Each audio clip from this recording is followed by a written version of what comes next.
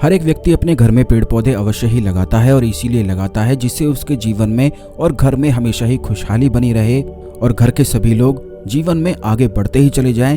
लेकिन आपको बता दें कि कुछ पेड़ पौधे ऐसे भी होते हैं जिनको अगर घर की स्त्रियां लगा दें और उनका ध्यान रखना शुरू करें तो इससे घर में बहुत ही ज़्यादा बरकत बनने लग जाती है। काफ़ी लोगों की यही समस्या होती है कि उनके घर में बरकत बिल्कुल भी नहीं होती है। धन तो वह सभी लोग कमाते हैं और धन की आमदनी होती भी रहती है, लेकिन फिर भी उनके जीवन में घर में धन का कलेश हमेशा ही बना रहता है, धन हानि होती रहती है। तो ऐसे में बता दें कि जितने भी अगर संकट जीवन में या घर में होते हैं तो कई पेड़ पौधे ऐसे होते हैं जो इन संकटों को समाप्त कर देते हैं। लेकिन बिल्कुल विधि अनुसार ही इन पेड़ पौधों को लगाना चाहिए और इनकी नित्य पूजा भी करनी चाहिए, क्योंकि ये साक्षात भगवान शिव और माता पार्वती से उत्पन्न हुए पौधे हैं। तो इसीलिए इन्हें घर में लगाने से बेहद ही खास लाभ की प्राप्ति होती है। तो जल्दी से वीडियो को लाइक करके कमेंट बॉक्स में ओम नमः शिवाय हर हर महादेव अवश्य ही लिख दें, जिससे भगवान शिव की कृपा आप पर हमेशा बनी रहे। तो दोस्तों आपको बता दें कि सबसे पहला जो पौधा होता है वह भगवान शिव से प्रकट हुआ है, जिसे रुद्राक्ष का पौधा भी कहा जाता है। अगर किसी घर में रुद्राक्ष का पौधा लगा दिया जाए और उसकी नित्य प्रतिदिन बिल्कुल नियम से पूजा पाठ किया जाए और उस पौधे का ध्यान रखा जाए तो इससे जितने भी ग्रह दोष होते हैं वे बिल्कुल समाप्त हो जाते हैं। खास करके जिन लोगों के जीवन में काल सर्प दोष है, पितृ दोष है या फिर शनि ग्रह के दोष हैं, राहु केतु के दोष हैं, तो उन लोगों को रुद्राक्ष के पौधे की पूजा अवश्य ही करनी चाहिए।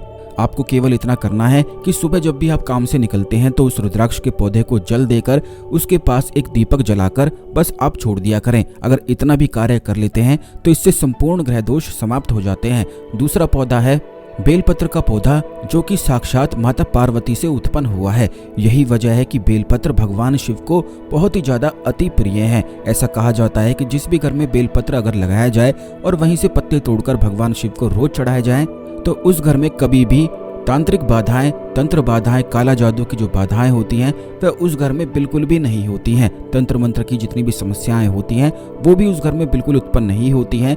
लेकिन इस बात का आपको ध्यान रखना है कि नित्य प्रतिदिन उस पौधे के, उस पेड़ के पत्ते तोड़कर आपको शिव जी को शिवलिंग पर अवश्य ही चढ़ाने हैं। अब जो तीसरा पौधा है वह भगवान शिव और माता पार्वती के संगम से उत्पन्न हुआ जो पौधा है वह शमी का पौधा है। इसीलिए शमी का जो पौधा होता है वह भगवान शनि देव को भी अति प्रिय होता है और यही वजह है कि भगवान गणेश को भी अगर शमी के पौधे के पत्ते चढ़ाए जाते हैं तो इससे जितनी भी कार्य में बाधाएं आती हैं, रुकावटें आती हैं, वह बिल्कुल समाप्त हो जाती हैं। शमी का जो पौधा होता है वह बहुत ही ज़्यादा लाभकारी बताया गया है।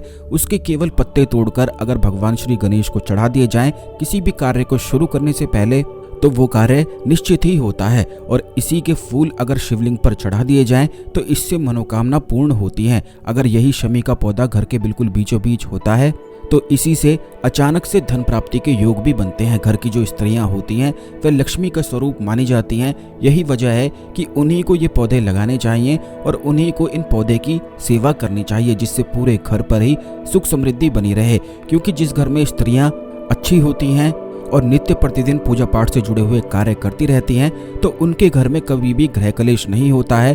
परिवार एकदम प्यार से सभी लोग रहते हैं और उनका परिवार आगे बढ़ता हुआ ही चला जाता है। क्योंकि हर एक स्त्री केवल यही चाहती है कि घर के जितने भी लोग होते हैं वह सभी आपस में प्यार से रहें और आगे बढ़ते रहें। इसीलिए स्त्री जो होती है वह लक्ष्मी का स्वरूप होती है। तो ये जो 3 पौधे हमने आपको बताए हैं इन्हें लगाकर आप अवश्य ही ये उपाय, ये प्रयोग करना शुरू कर दें। इस खास जानकारी को अन्य लोगों के साथ भी अवश्य शेयर कर दें, जिससे सभी लोग इस जानकारी का लाभ उठा सकें।